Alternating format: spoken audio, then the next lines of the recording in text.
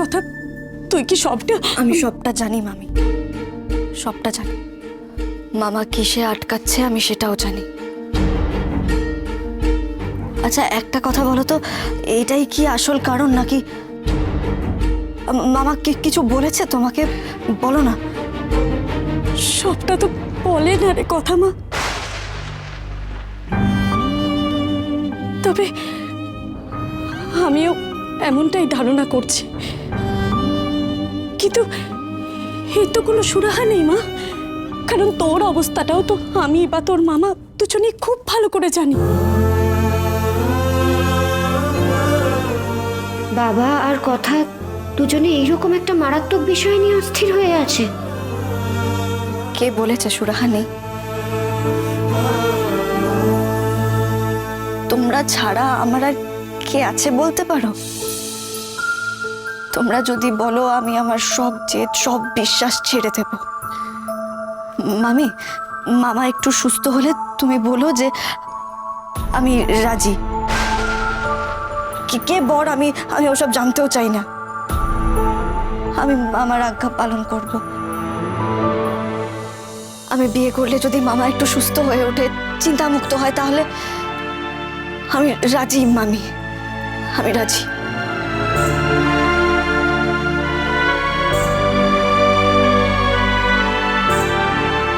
কথা বল, তোকে আমি না চাইতেই এতটা কষ্ট দিয়েছি?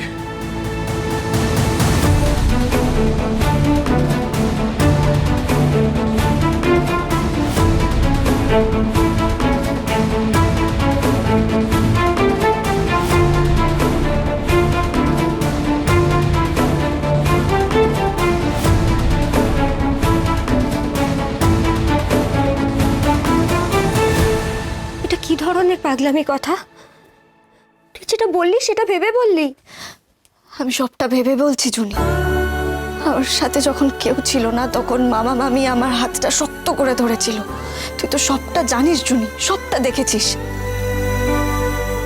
জুনি, আমার আর তোর মধ্যে মামা মামি কোনোদিনও এতটুকু বিভেদ পর্যন্ত করেনি। আর সেখানে আমি এইটুকু করতে পারবো না? এইটুকু মানে? এটা এইটুকু ব্যাপার নয় কথা, তোর সারা জীবনের ব্যাপার। মামারও তো শরীরের ব্যাপার এটা। আর তাছাড়া বিয়ে নিয়ে আমার কোনোদিনই সেরকম কোনো স্বপ্ন আশা কিছুই ছিল না, নেইও। আমার বিয়ে কোনোদিনই শান্তি দিতে পারবে না। আমি তো অভিশপ্ত জুনি। ছোট থেকে মাকে কষ্ট পেতে দেখেছি। আমি তো ভেবেছিলাম এই জীবনে বিয়েই করব না, কারণ আমি ছেলেদের বিশ্বাস করি না। আমি মেনে নিচ্ছি আমার ভাগ্যকে। দেখি না ভগবান আমাকে আর কতটা কষ্ট দিতে পারে। না কথা, এরকম বলিস না তুই। আমরা সবাই মিলে কথা বলবো বাবার সাথে। একদম না। আচ্ছা জুনি, তুই তো স্বেচ্ছায় ভালোবেসে পালিয়ে গিয়েছিলি, নিজে দেখে শুনে বিয়ে করেছিলি, হয়েছিস সুখী। আসলে কি বলতো, এই সুখটুক না সব বিলাসিতা মাত্র, কর্তব্যটাই আসল। আমি মামার জন্য কর্তব্য পালন করব, এতে আমার কোনো আফসোস নেই জুনি। আমার এটাতেই সন্তুষ্টি যে আমি মামার জন্য কিছু করতে পারবো, এটাতেই আমি সন্তুষ্ট।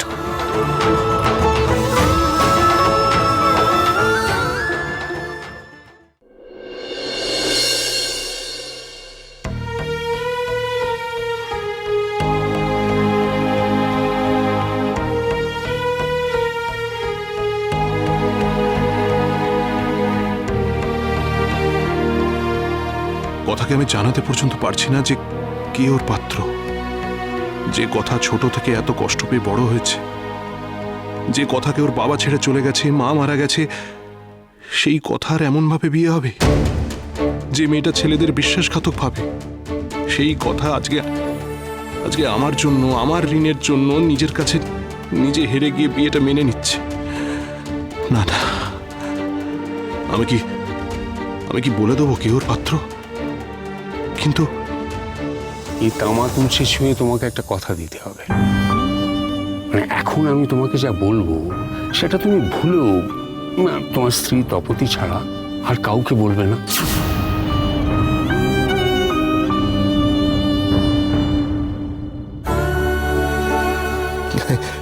কথা মা, বল।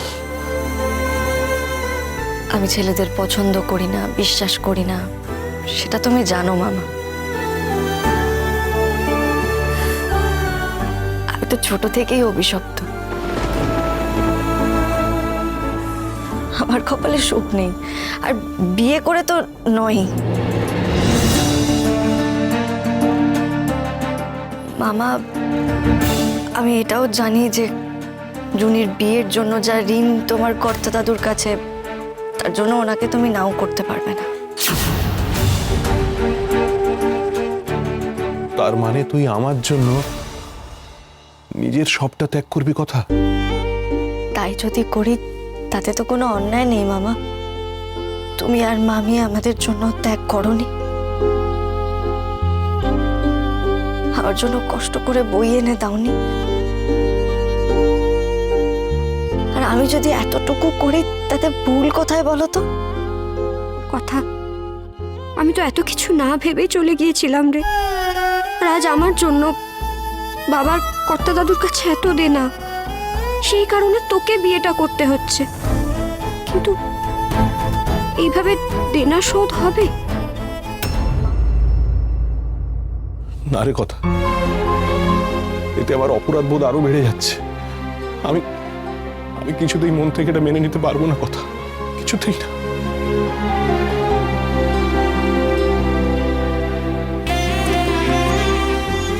কথাকে বিয়ের ব্যাপারটা বলাই ভুল।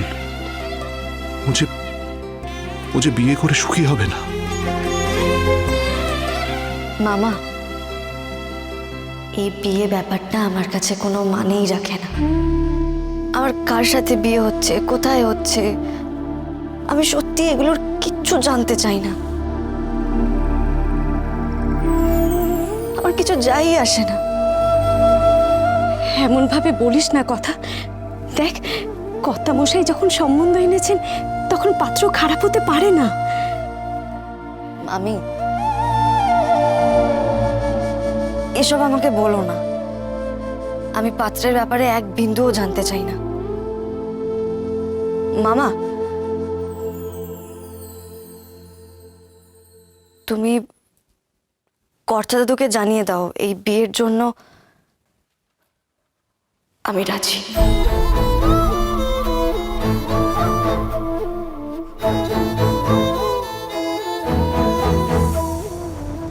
আর জুনি, ঋতু যদি কোনোভাবে আমার বিয়ের ব্যাপারে বা আবার পাত্রের ব্যাপারে জানতেও পারে, ওকে বলে দিস আমাকে যেন কিছু না জানায়, ঠিক আছে?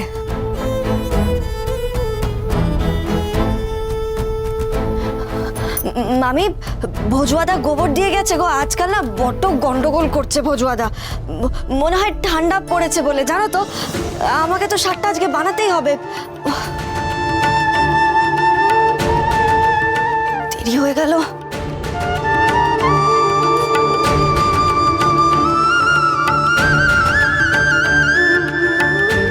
কর্তামশাই,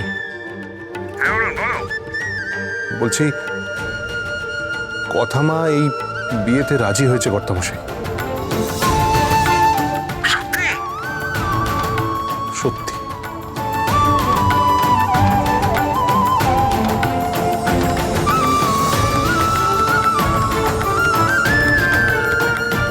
মা আনন্দের নামে শপথ করে বলছি, দাদু ভাইয়ের বউ হয়ে কে আসছে সে কথা কেবল তোমার আর আমার মধ্যেই থাকবে।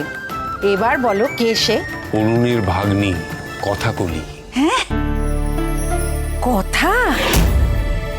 হোয়াট কথা?